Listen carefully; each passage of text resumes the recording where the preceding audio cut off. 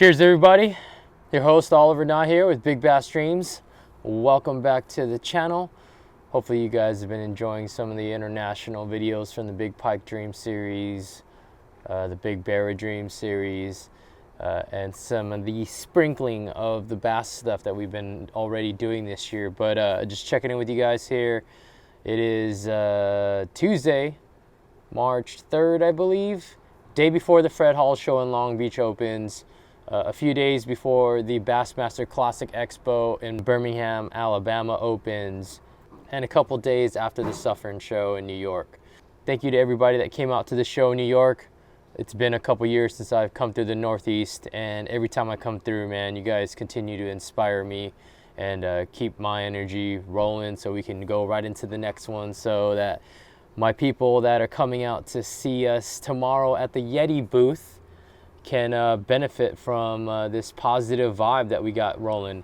So really exciting announcement. Yeti and Big Bass Dreams are gonna join forces to put together a really cool giveaway. Okay, all you gotta do is come to the Fred Hall show, and tomorrow, Wednesday, will be the only day I'll be able to make an appearance. But you can come throughout the show up to the Yeti booth, rocking anything Big Bass Dreams, and the older the better, whether it's a hoodie, a t-shirt, a hat, pasty stickers, I don't really care. Hashtag Big Yeti Dreams with your selfie in the booth. Yeti's gonna randomly pick a winner for a brand new Yeti Crossroads backpack. I love this backpack. I use this thing throughout all my travels. I actually rock two of them. I rock one on my back, usually with some camera equipment, laptop, heavier items, and then one on my front with my lighter clothes and toiletries and stuff. Absolutely falling in love with this thing. More exciting things to come from Yeti as a brand. They continue to support Big Bass Dreams, so I ask that you guys continue to support them. They support the top 1% of a lot of guys in their field, and they do it for the right reasons. So looking forward to the guys that are able to make it out to the show tomorrow. All you guys over there in the South, I will be coming in late Thursday, and I will be at the Megabass booth with the Megabass team Friday, Saturday, and Sunday. We got something real special for you guys. I don't even have them on hand yet, but we got a limited run of collaborative Big Bass Dreams and Megabass hats and t-shirts available only at the Classic this year, as well as some other goodies from Megabass only available at the show. I'm not at liberty to talk about those. Come to the booth. Come say what's up. Let's talk big Megabass Dreams, Big Bass Dreams, and looking forward to continuing to engage with you guys on a one-on-one level. But in the meantime, got another little mail call here from my man Ben at the Hookup Tackle. As you guys can see from the beautiful weather, it's a little bit of a change from that high 20, low 30 degree weather that I experienced in Suffern. Our fish are much further ahead in their spawning cycle. Once I get back from the Classic, I am going to hit the ground running. I've got some personal training sessions booked with some of my boys. So Rico and Travis, man, hope you guys are ready for next week. It's setting up pretty good. I'm anticipating a pretty good reaction bait bite. Probably going to be throwing some jerkbaits around here in Southern California, trying to develop a pattern and figuring out how to catch some of these fish. Some of the same stuff that I talked about for 3 days at the seminars in Suffern on the hog trough. Hopefully you guys find value in the content that we're putting out there as a team, and myself specifically. I try to give you guys as much insight from my own personal experience as possible to help shorten that learning curve and help you guys catch more fish and realize those big bass streams. So let's just go through the box here. Okay, one of the things I really wanted to talk about after I show you the standard 110, and I've got a couple different models here. I've got 3 models of the standard 110. I'm honestly kind of surprised at how many people don't raise their hands, whether it's at a trade show in New York, in California, in Texas, throughout my travels, especially down in Australia. I was kind of mind blown. But there are still quite a few people that have not discovered the fish catching and fish drawing capabilities and powers of a jerkbait. The Megabass 110 is the standard. This is the one that pretty much started it all. Okay, it's got an average diving depth of about 6 feet. As its name implies, it's 110 millimeters in length, 110 and a half actually, half an ounce. Designed to suspend out of the box, highly effective bait. So just 3 colors here that I'm restocking on that we go through a lot of. Pro Blue is one of my favorite clear water colors. High visibility, lack of wind, clear water, pretty much. This is a standard, okay? You want some translucency in your colors anytime you got high visibility. So Pro Blue is a top dog. New for the last couple seasons is almost a green version of that, and that's MB Gizzard. This is really close to that Pro Green color I've been talking about in the FX series, or the Crystal Shad in the standard 110. Just another good little option. That green tint seems to be very effective anytime you have a green tint in your water. Okay, keep in mind your bait fish are trying to mimic their surroundings. Nothing wants to stand out and get eaten. So I'm gonna try to mimic that same camouflage pattern as closely as possible. I believe it's a little bit more natural, a lot more subtle, and these fish, trust me, have no problem locating your bait, seeing your bait, feeling your bait, hearing your bait. They know it's there, okay? And one of my best colors is still Sexy French Pearl. This is probably one of the most versatile colors in the lineup. Clear water, dingy water, stained water, muddy water especially though. This is top 2 on dirty water colors, low visibility colors, but it also looks a lot like a threadfin shad. It can work just as effectively in clear water for me as well. All right, so those 3 are staples. Let's say, for example, you only could pick 2 colors. All right, I get that question all the time in DMs and emails and in person. Man, what if I could only pick 1 color? Ugh, that's kind of dicey. But if you could only pick 2 colors, I would probably pick 2 out of these 3 a lot of times, and I would feel like you're setting yourself up for a really good shot at covering a wide range of visibility. Okay, but one of the things I really wanted to discuss with you guys today is actually the 110 Silent. Okay, and a lot of people still haven't really embraced this bait. As the name implies, this is really a silent version of the standard 110. So it's pretty much the same frame, okay? And I actually have, let's see, I got a few colors here. Kahoku, French Pearls, Stain Reaction.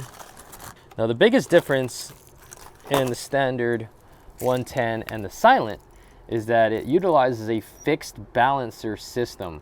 So the 110 casts incredibly well, right? Well, if you guys paid close attention, especially some of the clear baits, you can see there's actually a moving balancer system that transfers the weight from the forward portion of the bait to the tail to really help facilitate long bomb casts, right? Makes this thing very aerodynamic.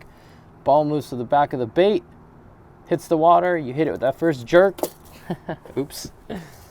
You hit it with that first jerk, and now that balancer ball slides up into place here in a cavity towards the head. Then you get that nice head down position upon fishing the bait.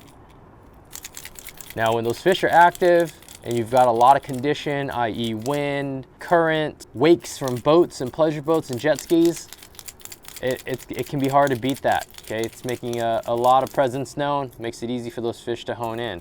But what happens a lot of times is I'll be fishing the same school of fish or same stretch of bank repeatedly, especially over the course of a few days.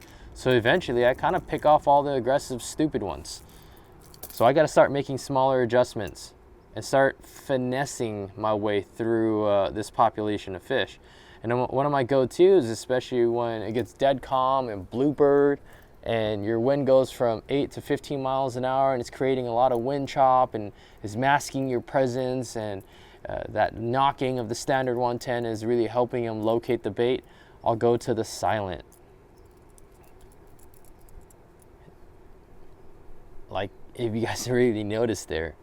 And the biggest difference is you can see it's an actual fixed weight. So that can create some challenges for guys that are used to that weight transfer system. Now you no longer have that moving balancer ball dropping into the tail of the bait to help facilitate those longer casts. This is where this bait excels on a spinning rod setup like the Orochi XX Ronin. Pair that with like a 2500 series spinning reel like a Daiwa Kage and some light braid, 30-pound braid to 15-pound fluorocarbon leader, and you'll still be able to make those long, effective casts. That really helps up your percentages of catching those fish. Okay, so silence.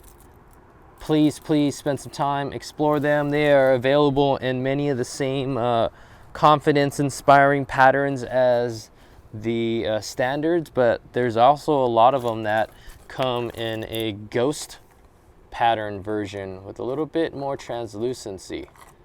Okay, so here's your sexy French pearl color. Exact same color scheme as the standard 110. Okay, but then you got these GP patterns like this Ozark shad, and the standard Ozark shad in a 110 is actually one of my favorite all-around colors as well. Has that same effect of catching them in clear water and dirty water for me throughout the stuff that I fish. And this is a unique twist on that because it's a ghost pattern Ozark shad. So you still got a little bit of flash, but now you got a little bit of translucency in there too. This is a color that I myself need to start experimenting with a little bit more. This is a very simple and basic color. It might not be as flashy and attractive as some of the more complex ones, but man, sometimes you just got to keep it simple. Okay, so check that one out. GP stain reaction. So if you pay attention to the names of the baits, the abbreviations will tell you a lot about them. So anything GP is ghost pattern. So this is ghost pattern stain reaction. The standard stain reaction is actually a solid color. If you're on a bite with a standard GP reaction, it's a solid color, and you need to continue to finesse your way into bites and catching more fish. Small, subtle changes like throwing that slightly more transparent GP pattern can continue to catch you some fish. And if I didn't mention, the 110 silents are actually designed to be slow floating out of the box. Okay, this is a good color here. This is that mossback. Yep, GP mossback golden shad. Mossback golden shad is a color that I really wasn't aware of until the Pirelli brothers, shout out to Justin and Aaron, exposed me to one of the original runs from like the early 2000s. But those guys hammer fish on that color.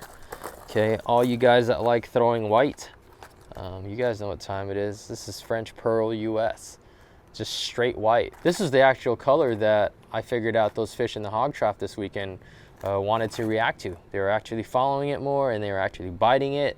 And it's funny, even in an environment like a seminar tank, I still had to go through the process of elimination to figure out how to get these fish to react, to get all you guys watching to go, ooh, where are those sold at? It's still fishing, guys, regardless of where you're doing it. So it's important that we have all of these options, or it's important that I have all of these options. This is one of my favorite colors here, or a play off of it. This is GP, so Ghost Pattern, Kahoku Reaction. This is the color that I caught my PB smallmouth with on an Ito Shiner on Lake Ontario up there out of, God, whatever town that is up there in upstate New York. Starts with a W, right by the border. Good color. We already talked about Green Gizzard. Add that one to the list. This is one that I kind of got away from that I need to start fishing more. It's usually I pick up that sexy French Pearl or Ozark shad anytime I've got low visibility. But Table Rock shad, that is a great off color color. And once I start hopefully wearing out these fish with Rico and Travis this next week, we can throw that around and continue to generate some bites. All right, we got GG Mossback Golden Shad. All right, really similar, all right, to the GP pattern. But if you need a little bit more flash, a little bit more color than the GP, but still don't want that noise of the balancer ball, Really good option, really good subtle variation that you can throw out there and continue to catch fish on. All right, so next in the lineup, I'm just filling out some empty holes. These are baits that I go through a lot. Once again, this is GP Pro Blue, but this is the 2 version. Biggest difference is it's got a little bit of a hint of orange on the belly.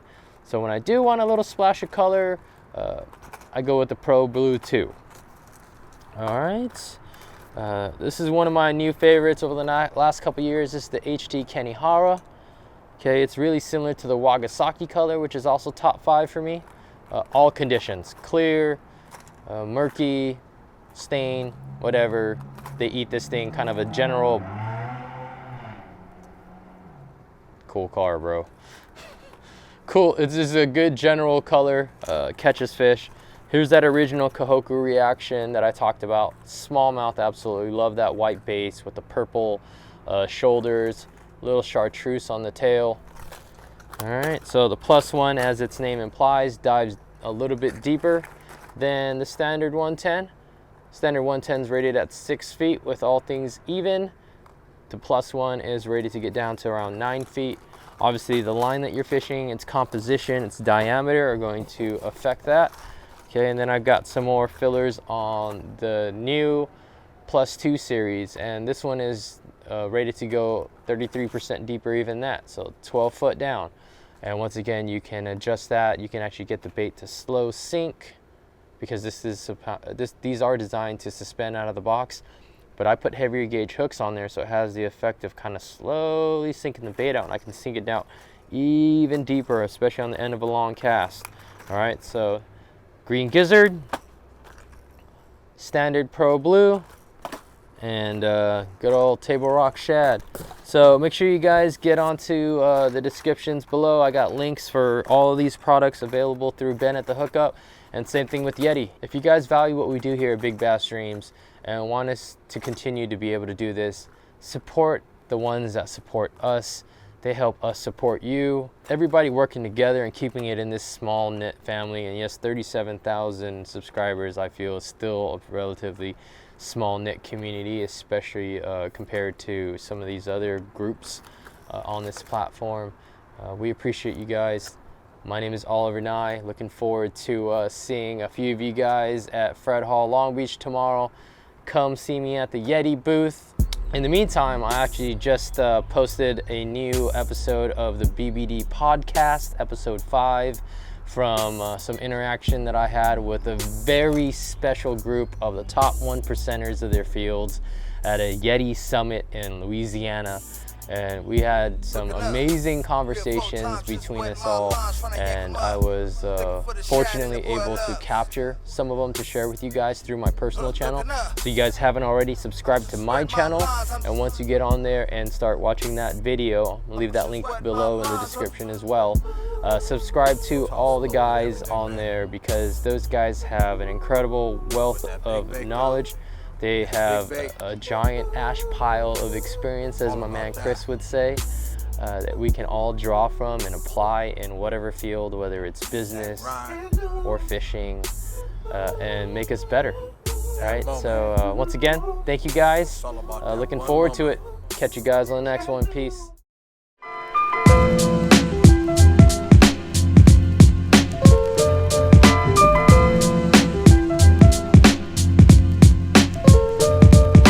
In search for directions, my thoughts reflecting.